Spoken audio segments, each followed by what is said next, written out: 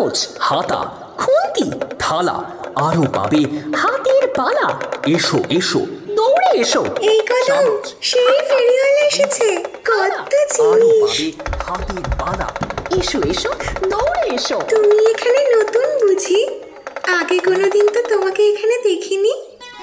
চেনা জানা নাই, নতুন আমি তাই। বাহ, বেশ কথা বলো তো তুমি। তা কি কি আছে তোমার এই গাড়িতে? মাথার টিপচুলের ক্লিপ, পুঁথির মালা, হাতের মালা, কানের দুল, রঙিন ফুল, আরো আছে থালা, ঘুটি, বাটি, হাতা, খুঁতি, গেলাস, বাটি, চামচ, হাঁড়ি, কড়াই, আরো কত কি। আরে থামো থামো বাপু, তুমি বরং কাল একবারটি এসো। ফেরিওয়ালা লোকটি চলেই যাচ্ছিল, কিন্তু সেই মুহূর্তে কদম আর বকুল সেখানে এসে দাঁড়াতেই সেও খানিক দাঁড়িয়ে পড়ল। তারপর ধীরে ধীরে তার ভ্যান নিয়ে বিকেলের পরন্ত রোদ গায়ে মেখে কোথায় যেন মিলিয়ে গেল। চামচ, হাতা, খুন্তি, থালা, আরো পাবে হাতের বালা। এসো এসো, দৌড়ে এসো। চামচ, হাতা, খুন্তি, থালা, আরো পাবে হাতের বালা। এসো এসো, দৌড়ে এসো। না, বসে বসে খানতিনেক পাসিং শো শেষ হয়ে গেল। ঠাকুর মশাই যে কখন আসবেন কে জানে। কিশোরী, তুমি বড্ড উতলা হয়ে পড়ো। ধৈর্য নামক কোনো কিছুরই লেশমাত্র নেই। কিশোরী আমার কথায় বিন্দু মাত্র আগ্রহ না দেখিয়ে উঠে দাঁড়ালো। এমন সময়, কে এত উতলা হচ্ছে? নিশ্চয়ই কিশোরী। এই যে ঠাকুর মশাই, আপনি এসে গেছেন। বাঁচালেন। আর একটু হলেই তো গোটা একটা পাসিং শো এর প্যাকেট আমি শেষ করে ফেলতাম। কিশোরীর কথার মাঝে এতক্ষণ লক্ষ্য করিনি, কিন্তু এখন চোখ পড়তেই কিছুটা অবাক হলাম। ঠাকুরমশাই, আপনার ডান দিকের ঘাড়ের কাছে চোটটা কিসের? এই তাই তো, এতক্ষণ তো নজরে আসেনি ওটা। এ কি রাস্তায় কোথাও পড়ে গিয়েছিলেন নাকি ঠাকুরমশাই? না না, ও সেরকম কিছু নয়। কিছুদিন আগের এক ঘটনায় কিছুটা আহত হয়েছি মাত্র। দাঁড়ান দাঁড়ান, যতদূর মনে পড়ছে বিগত কয়েকদিন তো আপনি বাড়িতে ছিলেন না। এই ঘটনা তাহলে তার সঙ্গেই জড়িত? হ্যাঁ, তুমি ঠিকই ধরেছ। আপনি আসুন ঠাকুরমশাই, বিশ্রাম করুন। আপনাকে খুব ক্লান্ত দেখাচ্ছে। দাঁড়াও দাঁড়াও, তোমরা বসো কিছুক্ষণ, আমি পোশাকটা একটু বদলে আসি। বাইরে টিপটিপ বৃষ্টি শুরু হয়েছে। কিছুক্ষণের মধ্যেই তিনি পোশাক বদলে নিজের জায়গায় এসে বসলেন। হ্যাঁ, শোনো তবে, সেদিন ছিল রবিবার। প্রতিদিনের মতো গঙ্গা স্নান সেরে ফিরে আন্নিকের জোগাড় করছি, হঠাৎ বাড়ির সামনে একটা পালকি এসে থামল। পিছনের গরুর গাড়ি থেকে একজন ভদ্রলোক আর পালকির আচ্ছাদন সরিয়ে একজন মহিলা আমার ঘরের দরজায় টোকা দিলেন। চারি এসে খবর দিতেই আমি হাতের কাজ ফেলে বাইরের ঘরে এসে দেখলাম একজন ভদ্রলোক পরনে গিলে করা ছাই রঙের পাঞ্জাবি, পাট ভাঙা ধুতি, চোখে সোনার চশমা আর হাতে একটা রূপোর ছড়ি নিয়ে বসে আছেন। আমাকে দেখতে পেয়েই এক রাশ হতাশা চোখে দৌড়ে এসে আমার পায়ে ধরে বললেন, আগে ঠাকুর মশাই কি আমাকে চিনতে পারছেন? সত্যি বলতে আমি তাকে চিনতে পারিনি, তাই ভনিতা না করেই বললাম, না মানে আপনাকে তো ঠিক চিনতে পারলাম না। আমি বেথুয়াহুড়ির চক্রবর্তী পরিবারের বড় ছেলে ঠাকুর মশাই। আরে ফুলকুমার, সেই কবে দেখেছি তোমায়, এই এতটুকু। এখন দেখছি চেহারার সাথে সাথে চুলেও পাক ধরিয়েছ। চেহারাতেও মেলা পরিবর্তন এসেছে। তা তা তা সঙ্গে ওটি কে? আগে আগে আমার স্ত্রী শিউলি। আচ্ছা, আপনি কি তাদের আগে থেকে চিনতেন? চিনতাম তো বটেই, তবে শুধু ফুলকুমারকে। ফুলকুমার ওরফে বনফুল চক্রবর্তীর মুখে ভাত অনুষ্ঠানে আমি ব্রাহ্মণ ভোজনের আমন্ত্রণ পেয়েছিলাম। ওর বাবা বড্ড ভালো মানুষ ছিলেন। যাই হোক, তাদের দেখে বুঝলাম তাদের জীবনে নিশ্চিতভাবে গুরুতর কোনো সমস্যার আগমন ঘটেছে। বলো, হঠাৎ এত ভোরে আমার ভিটেতে আসার কারণ? ঠাকুরমশাই, আমার একমাত্র মেয়ে কদম খুব অসুস্থ। আপনি আপনি একবারটি আমাদের সাথে চলুন ঠাকুরমশাই। অসুস্থ? তা তা ডাক্তার কবরেজ ডাকুনি? আর ডাকিনি আবার, নামি দামি ডাক্তার কবিরাজ কোনো কিছু বাদ নেই, কিন্তু কেউই কোনো রোগ নির্ণয় করতে পারেনি। তা তোমার মেয়ের কি যেন নাম বললে? আগে কদম। হ্যাঁ, কদম। কদমের অসুস্থতার কারণ কি?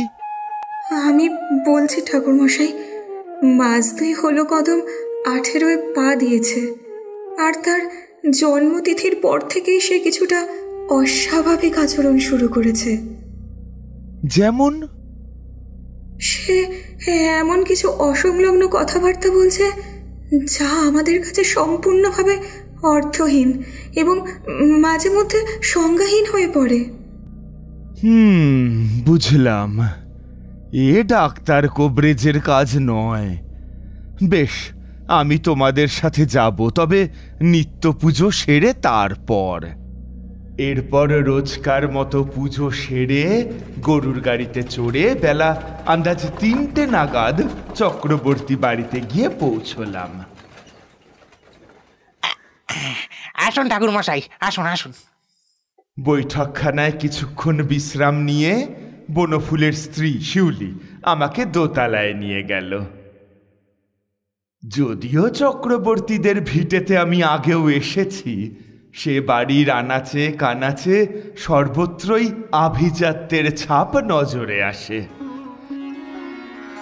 আসবাব থেকে শুরু করে ছাইদান সবেতেই পুরনো দিনের ছোঁয়া টের পাওয়া যায়।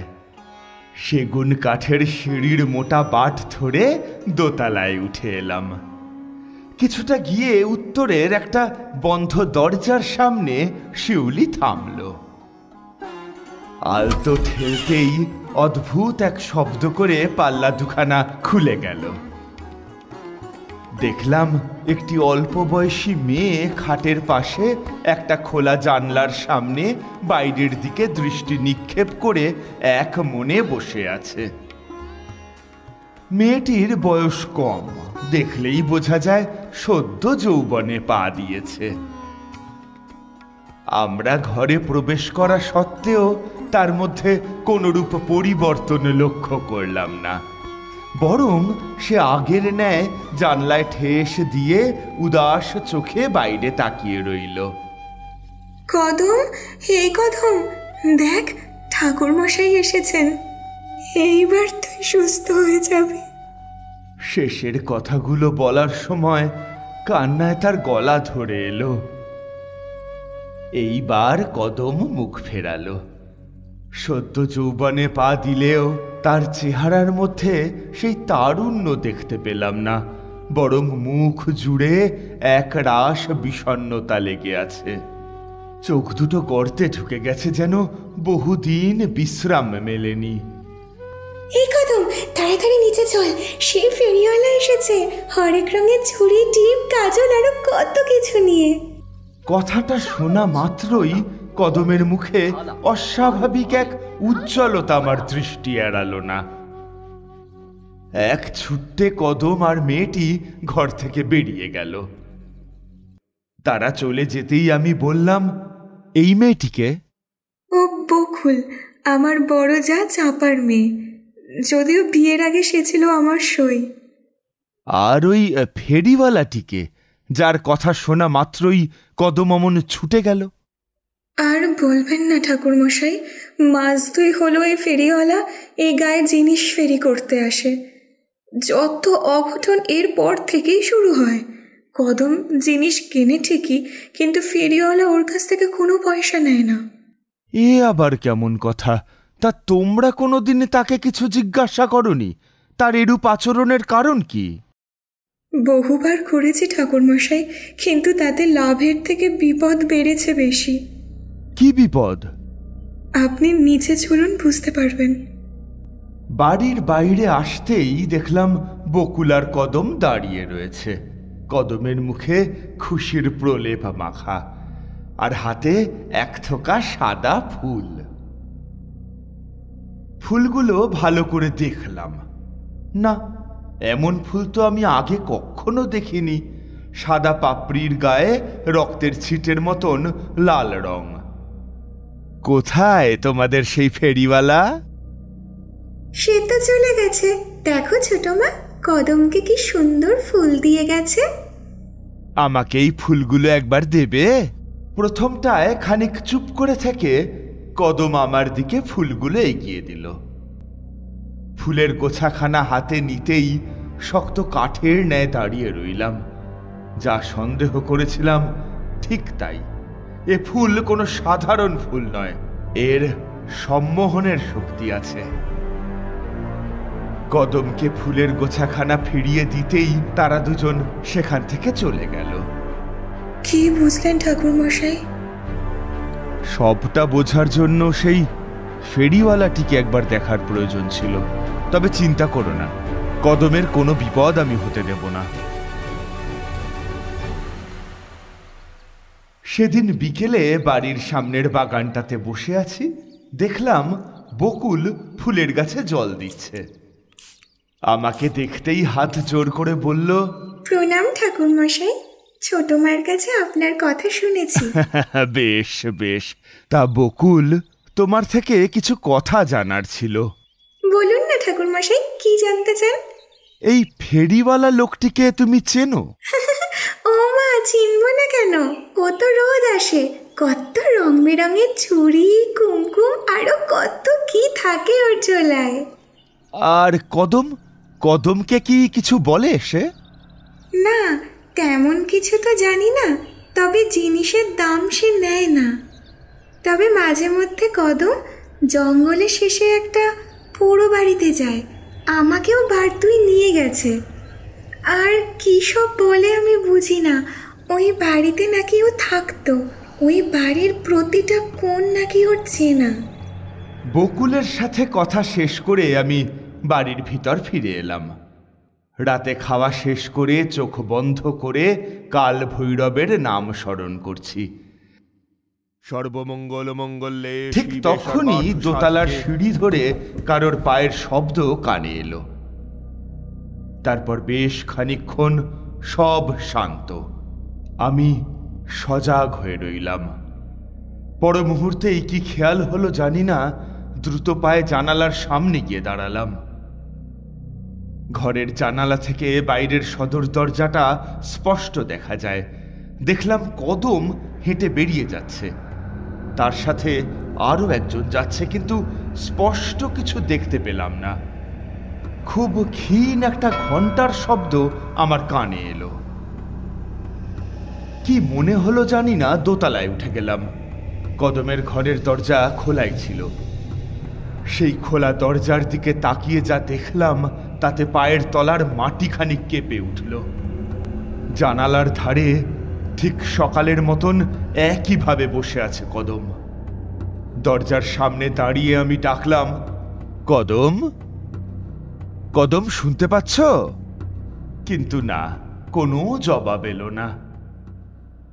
পরদিন সকালে আবারও গেলাম কদমের ঘরে। তবে এখন সে অনেকটা স্বাভাবিক। আমাকে দেখা মাত্রই বলল, ঠাকুর মশাই আসুন। আচ্ছা কদম, কাল রাতে তুমি কোথায় গিয়েছিলে? কাল রাতে? কই, কোথাও যাইনি তো। মিথ্যে বলো না কদম।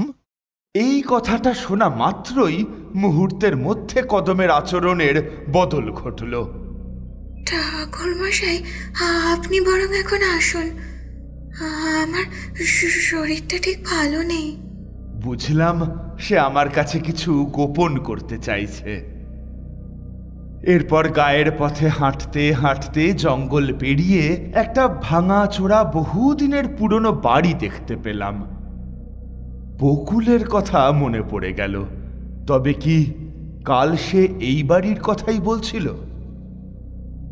বাড়িটার অবস্থা খুবই শোচনীয়, তবে এত বিবর্ণতার মাঝেও বাড়িটার মধ্যে কেমন যেন একটা মায়াবী টান আছে, যেন বহু বছর ধরে কোনো একজনের আসার অপেক্ষায় প্রহর গুনছে। 7-5 না ভেবে বাড়িটায় প্রবেশ করলাম। ভ্যাপসা একটা গন্ধে গাটা গুলিয়ে উঠল। ভাঙাচোরা আসবাবে পুরু ধুলোর আস্তরণ জমে সেগুলির আসল চেহারা প্রায় বিলীন হয়ে গেছে। বেশ খানিকক্ষণ হাতড়েও সন্দেহজনক তেমন কিছুই আমার দৃষ্টিগোচর হলো না। তবে বেশ কিছু ছবি দেওয়ালে টাঙানো থাকলেও তাদের আসল প্রতিকৃতি প্রায় লুপ্ত। সেদিনের মতো ফিরে এলাম। পরদিন সকালে কদমকে বাগানে দেখলাম, পরনে লাল রঙের একখানা শাড়ি। তবে তার আঁচলের অংশটা বেশ অনেকখানি ছেঁড়া। আমাকে দেখতেই সে দ্রুত পায়ে সেখান থেকে চলে গেল। না, ঠিক চলে গেল বলা ভুল, মনে হলো যেন পালিয়ে গেল। রাতে আবারও জঙ্গল পেরিয়ে সেই বাড়ির সামনে গিয়ে দাঁড়ালাম। কেন জানি না বারবার মনে হতে লাগলো এই বাড়িতেই লুকিয়ে আছে বহুদিনের পুরনো কোনো ইতিহাস। এ ঘর ও ঘর ঘুরে দেখছি, হঠাৎ ঘরের কোণায় একটা আরাম কেদারা চোখে পড়ল। প্রথমটায় তেমন আমল দিলাম না, তবে হঠাৎ দাঁড়িয়ে পড়লাম। দেখলাম চেয়ারের কোণায় একটা লাল জিনিস ঝুলছে। কাছে গিয়ে হাতে তুলে দেখতেই চিনতে পারলাম সকালে কদম যে শাড়িটা পরেছিল এ আসলে তারই অংশ। কাপড়ের টুকরোটা হাতে নিয়ে অন্যমনস্কভাবে চেয়ারটাতে একটু ধাক্কা লাগতেই অদ্ভুত ফাঁপা একখানা শব্দ হলো। মনে একটা খটকার উদয় হলো। কৌতূহল বশত চেয়ারটাকে একটু সরাতেই বসার জায়গাটা পাল্লার মতো খুলে সশব্দে নিচে পড়ে গেল। ঠিক তখনই ভাঙা একটা কাঠের বাক্সে একটা আধপোড়া ছবি আমার চোখে পড়ল। ছবিটির আদ্যপান্ত ধুলোয় ঢাকা হলেও মুখটা চিনতে আমার অসুবিধে হলো না। হুবহু কদমের মুখ। তবে সেই চেহারায় বিবাহের প্রতিটি চিহ্ন স্পষ্ট। আর পাশে পাশে ওই লোকটাকে অজ্ঞাত পরিচয় সেই ব্যক্তির মুখ খুব একটা স্পষ্ট বোঝা যাচ্ছে না। মনের মধ্যে তখন হাজারো প্রশ্নের ভিড়। কদম তো অবিবাহিত, চক্রবর্তী বাড়ির মেয়ে। ছবিতে হুবহু কদমের মতো দেখতে এটি কে তবে?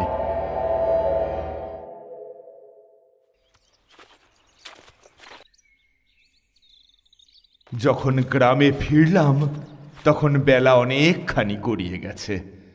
বাড়িতে ঢুকতেই শিউলি কেঁদে আমার পায়ের কাছে লুটিয়ে পড়ল। আপনি কোথায় চলে গিয়েছিলেন ঠাকুর মশাই? এখানে যে সর্বনাশ হয়ে গেছে। কি হয়েছে?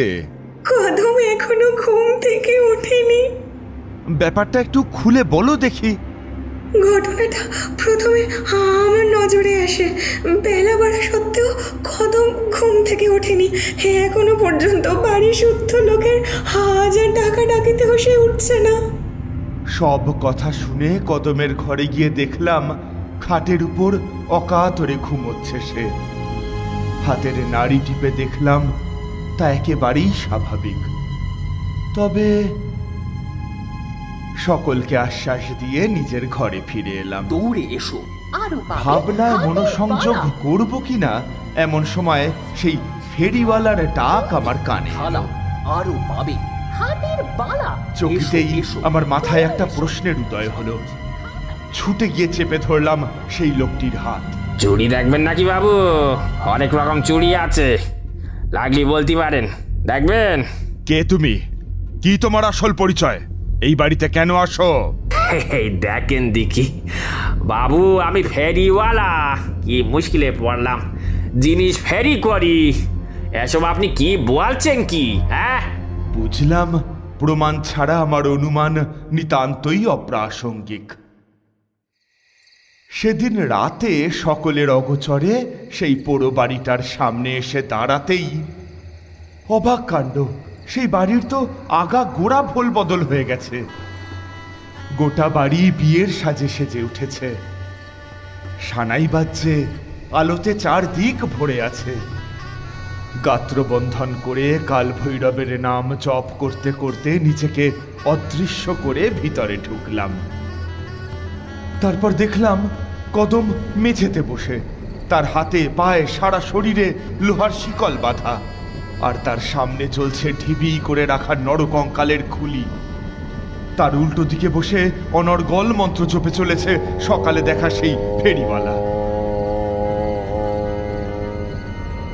আর কয়েকদিনের অপেক্ষা, তারপরেই আমরা এক হয়ে যাব মৃন্ময়ী। তোমার সকল কষ্টের অবসান হবে। তোমার নতুন জন্ম আমি মানি না। তুমি এখনো আমার সেই মৃন্ময়ী, তুমি আমার সেই মৃন্ময়ী আছো। আর কিছুদিনের মধ্যেই আমি তোমাকে আমার কাছে ফিরিয়ে আনবো মৃন্ময়ী, আনবই মৃন্ময়ী, আনবই। মনে মনে ভাবলাম আমার অনুমান সত্য, কদমের পুনর্জন্ম হয়েছে, আর গত জন্মের অতীত তাকে এই জন্মে তাড়া করে বেড়াচ্ছে। কদমের অসহায় চেহারার দিকে তাকিয়ে মনটা খারাপ হয়ে গেল। ওই বাড়ি থেকে বেরিয়ে এসে নিজের রূপ ধারণ করতে যাব, ঠিক সেই সময় গম্ভীর এক কণ্ঠস্বর আমার কানে এলো।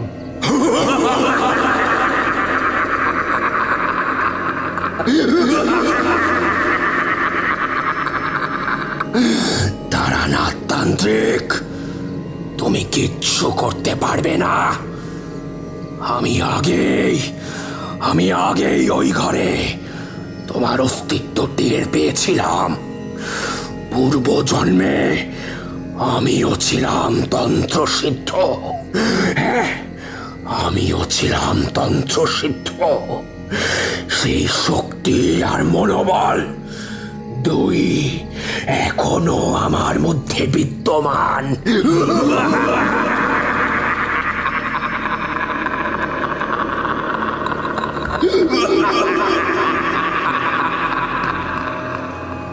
এদিক ওদিক তাকিয়ে কাউকেই দেখতে পেলাম না, কিন্তু এটুকু বুঝলাম অদৃশ্য থাকলেও হিজলের কাছে আমি ধরা পড়ে গেছি।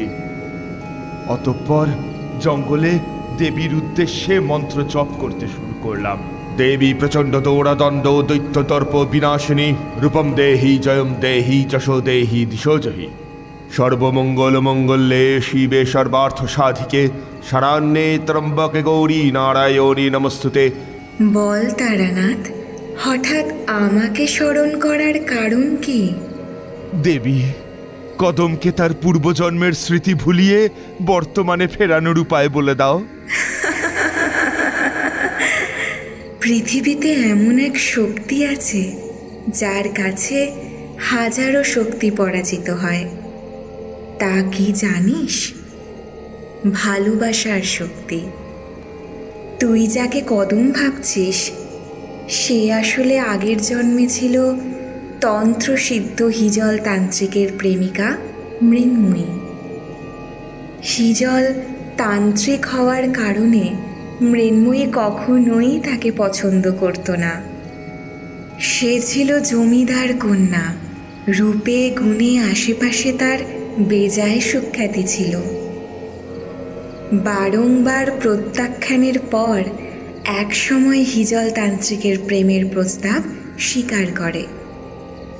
তবে হিজল তান্ত্রিক হলেও তার মন ছিল খুব ভালো।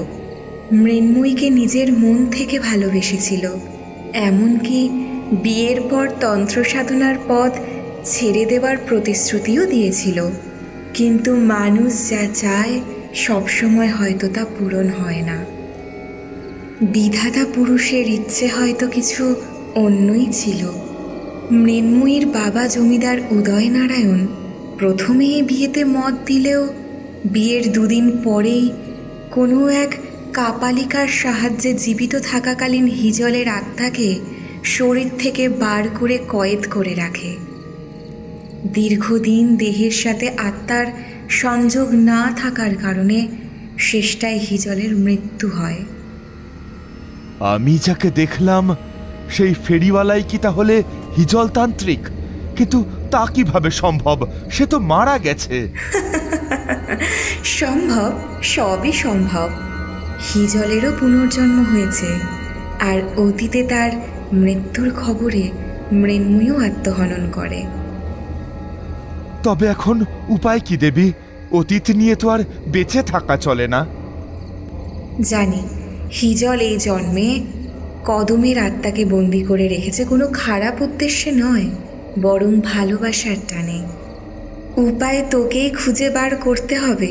তবে মনে রাখিস, 2 দিন পর অমাবস্যা, তার আগেই তোকে কদমের দেহে তার আত্মাকে ফিরিয়ে আনতে হবে, নচেত আর কিছুই করার থাকবে না।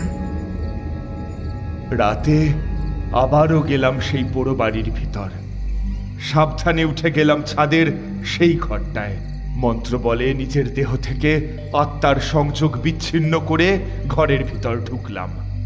তখনও কদমের আত্মা মেঝেতে এক কোণায় মাথা নিচু করে বসে আছে। আশেপাশে হিজলের উপস্থিতি টের পেলাম না।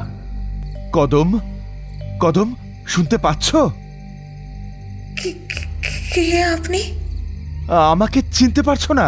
তোমার সাথে আলাপ হলো সেদিন তোমাদের বাড়িতে। আমি তোমাকে এই বন্দি দশা থেকে মুক্ত করব। কদমকে? আমি মৃন্ময়ী, আর আমি তো বন্দি নই, আমি নিজের বাড়িতেই আছি। বুঝলাম, কদমের স্মৃতি থেকে বর্তমানের সমস্ত কথা মুছে দেওয়া হয়েছে। কদমকে মুক্ত করতে হলে এখন একটাই উপায়, তার স্মৃতি ফিরিয়ে আনতে হবে যেভাবেই হোক। পরদিন সকালে বনফুলকে ডেকে সব কথা বলতেই সে ভীষণভাবে ভেঙে পড়ল। তাকে আশ্বস্ত করে উপায় ভাবতে থাকলাম। কদম তার ঘরে খাটের উপর একইভাবে নিথর হয়ে পড়ে আছে। রাতে আমি সেই জঙ্গলে মহাযজ্ঞে বসলাম। কদমকে ঠিক যজ্ঞবেদীর সামনে শুয়ে রাখা হয়েছে। মায়ের কোলে মাথা রেখে নিশ্চিন্তে শুয়ে আছে সে। আর আশেপাশে গণ্ডি করে পোতা রয়েছে নরকঙ্কালের মাথার খুলি। যজ্ঞবেদীর দৈর্ঘ্য প্রস্থ মিলিয়ে প্রায় 10 হাত। শ্মশানের চিতার পোড়া কাঠ দিয়ে সাজানো চারপাশ। ত্রিকোণাকার ছক কেটে তাতে কদমের কুষ্ঠি রেখে মন্ত্র উচ্চারণ করতে শুরু করলাম। সর্বমঙ্গল মঙ্গলে শিবে সর্বার্থ সাধিকে শরণ্যে ত্রম্বকে গৌরী নারায়ণী নমস্তুতে। তার মা শিউলির উদ্দেশ্যে বললাম, কোনো অবস্থাতেই যজ্ঞ শেষ না হওয়া অবধি কদমের হাত ছাড়বে না। যাই ঘটে যাক, তোমার শরীর যাতে কদমের শরীর স্পর্শ করে থাকে। যজ্ঞবেদী প্রস্তুত। আমি হাত জোর করে মন্ত্র জপতে শুরু করলাম। জয়ন্তী মঙ্গলা কালী ভদ্রকালী কপালিনী দুর্গা ক্ষমা শিবা ধাত্রী স্বাহা স্বাধা নমস্তুতে। যজ্ঞের মাঝেই হঠাৎ আকাশে ঘন কালো মেঘের দল এসে ভিড় করতে শুরু করলো। প্রচণ্ড মেঘের গর্জন আর বিদ্যুতের ঝলকানিতে চারপাশ কেঁপে উঠতে শুরু করলো। আমি মন্ত্র পড়ে চললাম। বিদেহি দেবী কালন্নম বিদেহি পরমম সুখম রূপম দেহি জয়ম দেহি যশো দেবী দিশোজ্জহি। দেবী প্রচণ্ড দৌড়াদণ্ড দৈত্য দর্প বিনাশিনী রূপম দেহি জয়ম দেহি যশো দেহি দিশোজ্জহি।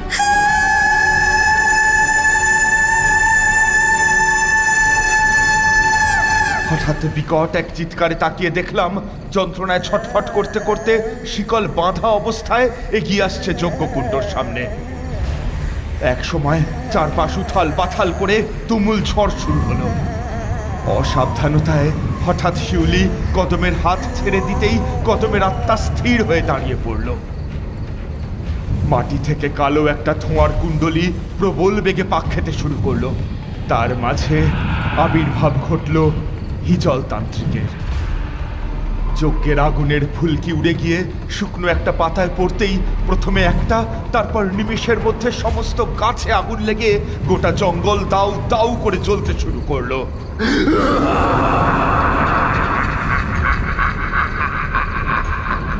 বনফুল আর বাড়ির সকলে ভয়ে কয়েক পা পিছিয়ে গেল, কিন্তু শিউলি ঠায় এক জায়গায় কদমকে আঁকড়ে বসে রইল। কেন এই মেয়েটিকে কষ্ট দিচ্ছিস? ওকে ওর বর্তমানে ফিরতে দে। তুই এখন ওর অতীত, তোদের দুজনেরই পুনর্জন্ম হয়েছে। আমি সাবধান করেছিলাম, মৃন্ময়ী শুধু আমার। এই জন্মে আমাদের মিলন কেউ আটকাতে পারবে না। এর মাঝেই হিজলতান্ত্রিক তার কমণ্ডুল থেকে বেশ খানিকটা জল ছিটিয়ে যজ্ঞের আগুন নিভিয়ে দিল। সাথে সাথে কদমের আত্মা যন্ত্রণায় কাতরাতে শুরু করলো। এরপর 2, 3, 4, 10টা দেখতে দেখতে শতাধিক হিজলতান্ত্রিক এসে দাঁড়ালো আমার সামনে আর অট্টহাসিতে ফেটে পড়লো।